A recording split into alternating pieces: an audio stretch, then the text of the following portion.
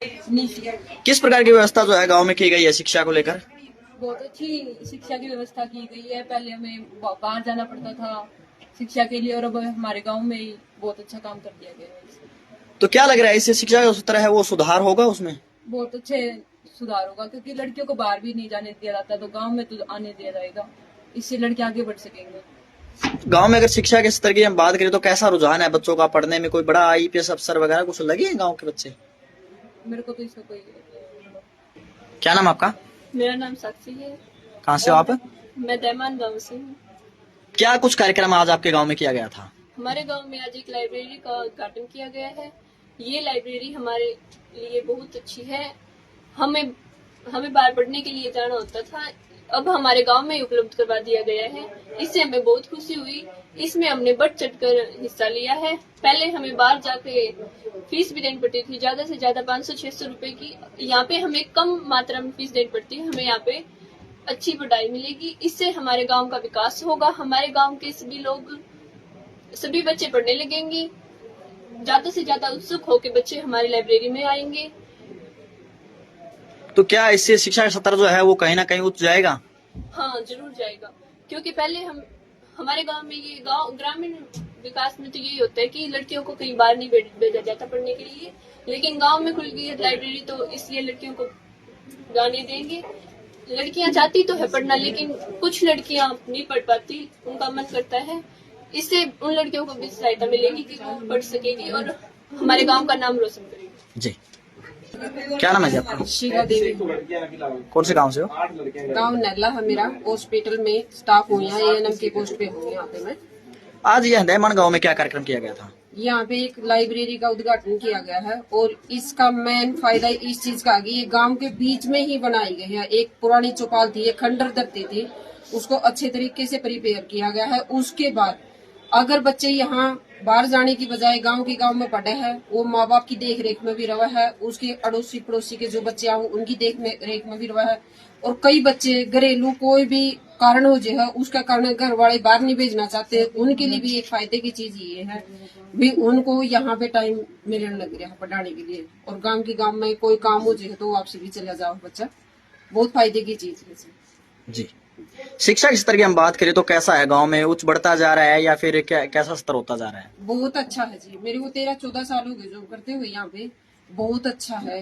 हमने कई बार देखा भी है, हॉस्पिटल का कोई भी काम वो है तो कई रिकॉर्ड है जो हमारे सिर्फ एक एजुकेशन के तौर पर ही बढ़िया बनने लग रहे हैं। रिकॉर्ड हमारे भी टूटने लग रहे हैं। जिस तरह सेक्स रेशो है, धामण गांव का सेक्स रेशो 1654 के तहत हो गया। मैंने सिर्फ एक गांव की सरपंच का सहयोग और पूरा गांव का सहयोग के साथ ही ये काम में हम सफलता हासिल की है। अभी पिछले साल का रिकॉर्ड है 1654 लड़कियां हैं 1000 लड़कों के पीछे। जी, नमस्कार जी, मैं दैमन गांव की सरपंच हूँ।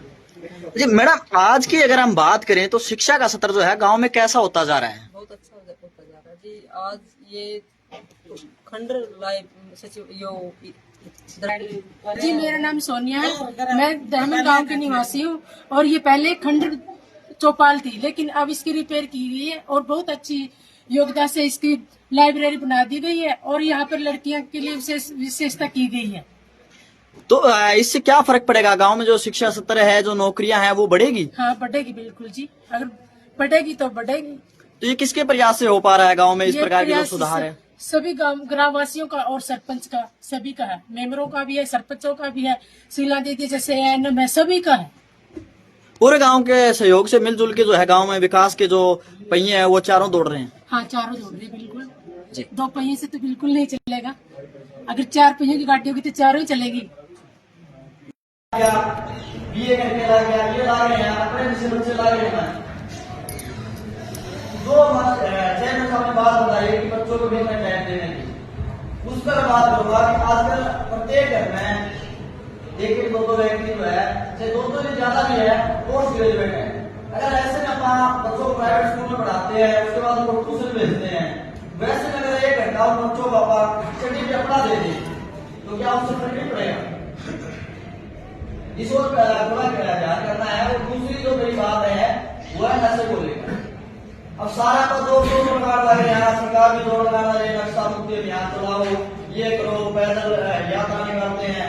लेकिन क्या ग्राउंड लेवल पे भोपाल नगर है?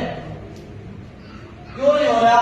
वो होने का ये कारण होता है जी, आज ये चुने हुए प्रतिनिधि हैं, चाहे संत साहब लगा लो या कोई भी, जब कोई नशा पे चढ़ा गया है, पकड़ा गया, प्रशासन पकड़ लेता है उसको, फिर छुड़ाना अभी जाना,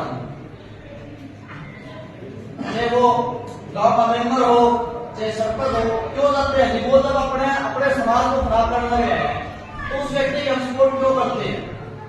ऐसा नहीं होना चाहिए, इन चीजों पर रोकथाम लगनी चाहिए। अब हमें पता है कि हमारे पड़ोस में ये व्यक्ति नशा कर रहा है या ये नशा बेच रहा है, वो खराब किसको करेगा? आज हमारे एक सोच होगी बोले अपना के लिए अपना तो पड़ोसी है, पड़ोसी तो अपना है, वो धीरे धीरे अपने बच्चों तक नहीं पहुंचाएगा। ये चीजें बड़ी महत्व रखती है। अगर उसको अगर आप थोड़ा सा अपना पड़ोसी आप क्यों बिगाड़ा है तो उसकी सूचना प्रशासन तक पहुंचा दो।